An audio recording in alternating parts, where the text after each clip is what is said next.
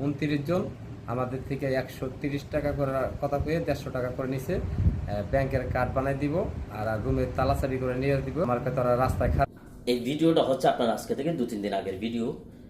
এক ব্যক্তি, এই যে ছবি দেখতেছেন, এই ব্যক্তি কাজ দিবে বলে এক ধাপে 14 জন, আরেক ধাপে 15 জন আপনার এই কুয়ালালামপুর বিরিক ফিল্ড বলে একটা, ওইখানে নিয়ে আসে। নিয়ে আসার পরে লোকজন থেকে 130 রিঙ্গিত বা 150 রিঙ্গিত করে টাকা নিয়েছে, ব্যাংক কার্ড বা রুমের চাবি বানানোর কথা বলে। এই টাকাগুলো নিয়ে ওদেরকে বলছে আপনারা এখানে দাঁড়ান, আমরা আসতেছি। এইভাবে যে চলে গেল আর আসা নাই।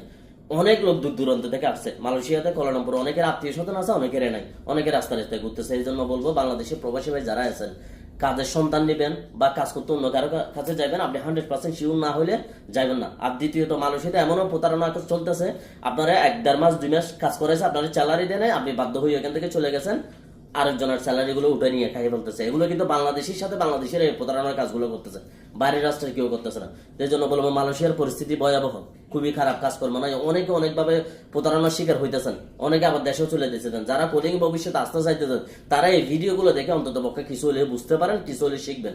মালয়েশিয়ার পরিস্থিতি এমন ভয়াবহ, মানুষ খাইতে পারতেছে না, ঘুমাইতে পারতেছে না, চলতে পারতেছে না, ফিলতে পারতেছে না। আর বাংলাদেশি দালালের তো কোনো অভাবে নাই। এরা কাজ দিব, ওরা কাজ দিব, 100 নিব, 200 নিব, 300 নিব, 400 নিব, 500 নিব, এইভাবে বলে বলে প্রতারণা চলতেছে। তো আমি আপনাদেরকে বিনীতভাবে অনুরোধ করবো, একজন বাংলাদেশি হয়ে আর একজন বাংলাদেশের ক্ষতি করেন না। আপনি ওর কাছ থেকে 1-150 রিঙ্গিত নিয়ে আপনি 1 দিন 2 দিন 3 দিন ফুর্তি করতে পারবেন, এরপর ওর টাকাগুলো থাকবো না। কিন্তু এর জীবন, এর যে একটা অভাবের অভিশাপ আপনার গায়ে পড়ে যাবো, এটা কখনো আপনি কিন্তু মুছতে পারবেন না।